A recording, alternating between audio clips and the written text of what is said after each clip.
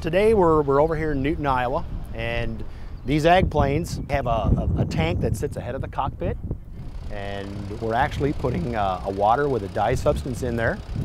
That gets agitated up with a pump that's below the aircraft. Then it's dispersed through this boom that's below the aircraft. What we're doing here is we're calibrating to see that the tips are in the right spot on the boom and that we're getting a proper and even application as well as the optimum swath width for this ag aircraft.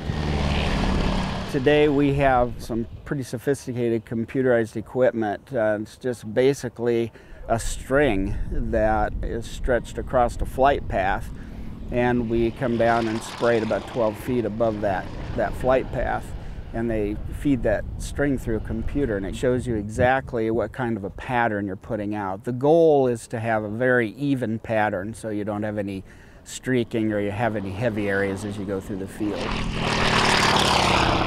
I was raised on a ranch out in Nebraska, and we had a couple of good friends of the family that were ag pilots, and they always made sure that they flew over our house on their way to the field, and I've just had a love for it ever since I was a kid.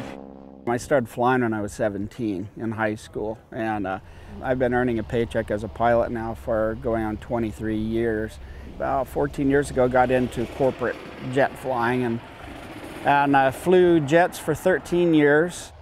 The economy was rough on the corporate pilots, and I was one of them that it was rough on. I searched in the job market for over a year, ran into a friend of mine that's flown ag for over 30 years, and he said, this is one business that there is really a lot of openings in. And I said, well, I've wanted to do it my whole life.